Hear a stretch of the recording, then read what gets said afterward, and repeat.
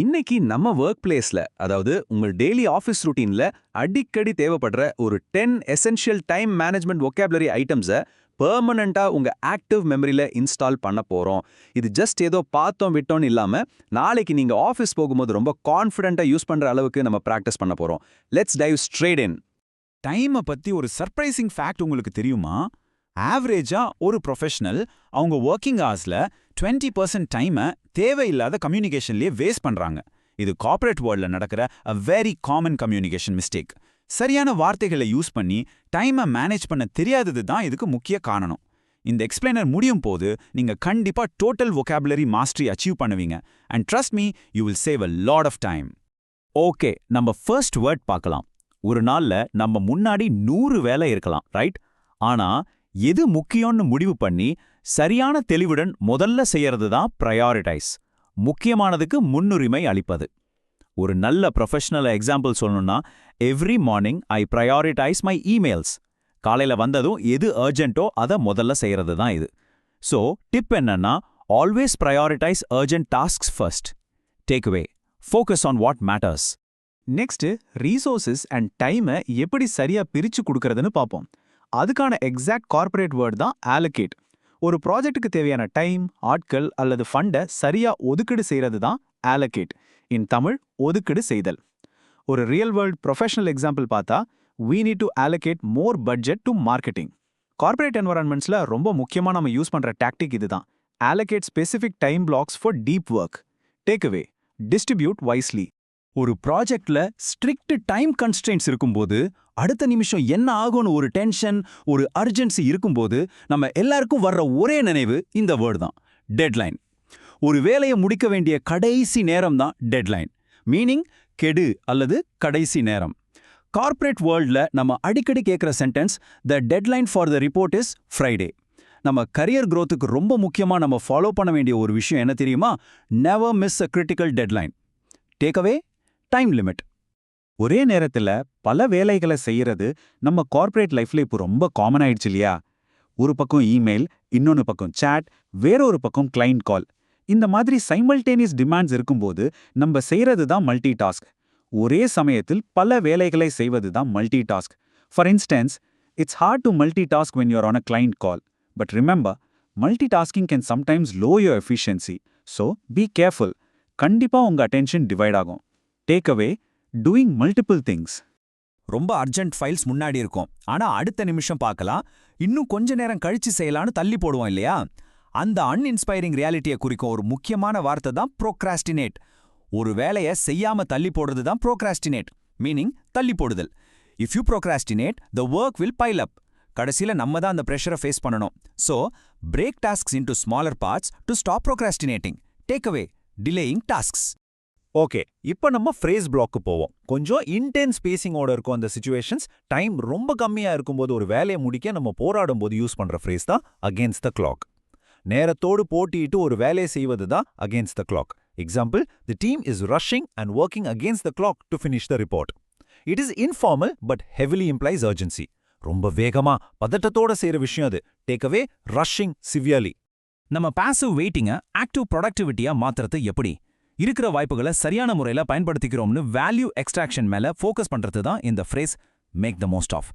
இருக்கிற நேரத்தையோ அல்லது கிடைத்த வாய்ப்பையோ சிறிய முறையில பயன்படுத்துவது தான் make the most of. Let's make the most of this meeting. இந்த ஃப்ரேஸ் உங்க பாசிட்டிவ் ஆட்டிடியூட தெளிவா காமிக்கும்.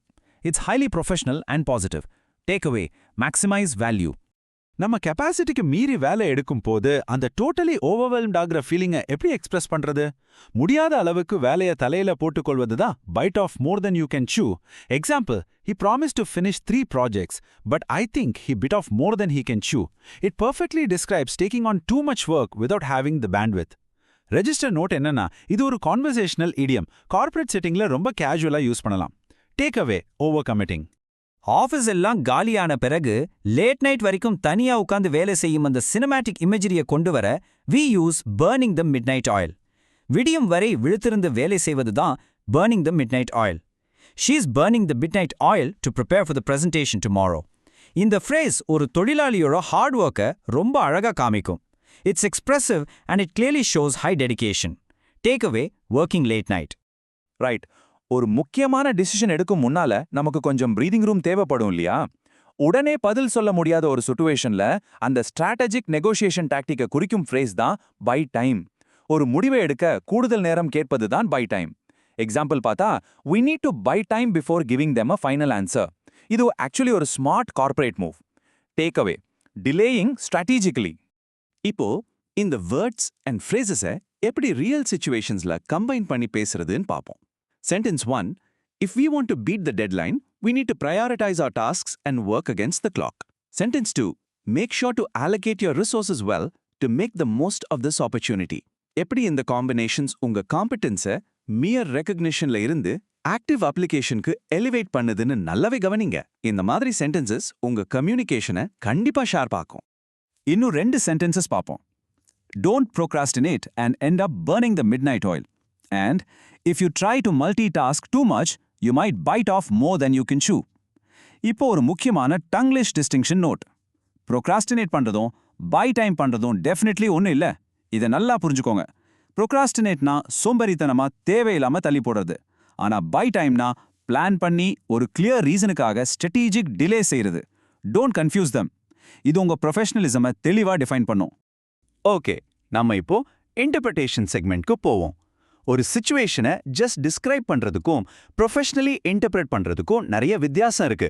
டிஸ்கிரிப்ஷன்னா என்ன தெரியுது, ஆனா இன்டர்பிரிட்டேஷன்னா என்ன அர்த்தம் படுத்தலாம். ஒரு ஒர்க் சிச்சுவேஷனை வச்சு பார்த்தா, this tells us that proper planning is required to allocate tasks effectively without missing the deadline. இந்த இன்ஃபரன்ஸ் எவ்வளோ பாலிஷ்டா, எவ்வளோ மெச்சூரா இருக்கு பாருங்க. நீங்க ஒரு லீடரா இருந்தா இந்த மாதிரி தான் இன்டர்பிரேட் பண்ணணும். Let's move to another high-pressure scenario. இதை எப்படி அனலைஸ் பண்றது? We can infer that the team is working against the clock, so they must prioritize carefully instead of trying to multitask.